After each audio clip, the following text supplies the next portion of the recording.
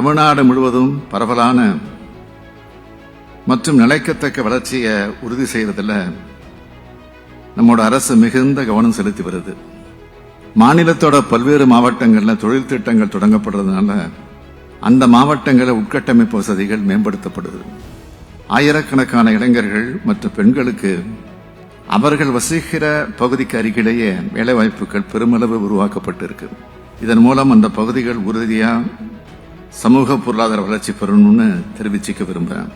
திறன்மிகு தொழிலாளர் இருக்கக்கூடிய மாநிலம், இந்தியாவிலே அதிக எண்ணிக்கையிலே பெண் தொழிலாளர் கொண்ட மாநிலம்னு பல்வேறு சிறப்பம்சங்களை தமிழ்நாடு கொண்டிருக்கு. மாநிலத்தோட பெண்களோட கல்வி அறிவையும் வேலைவாய்ப்பு விகிதமும் நாட்டின் சராசரியை விட அதிகமாக இருக்கு. நாட்டிலேயே பெண்களுக்கான மிகவும் பாதுகாப்பான மாநிலம் தமிழ்நாடுன்னு உலகம் முழுக்க தெரியும்.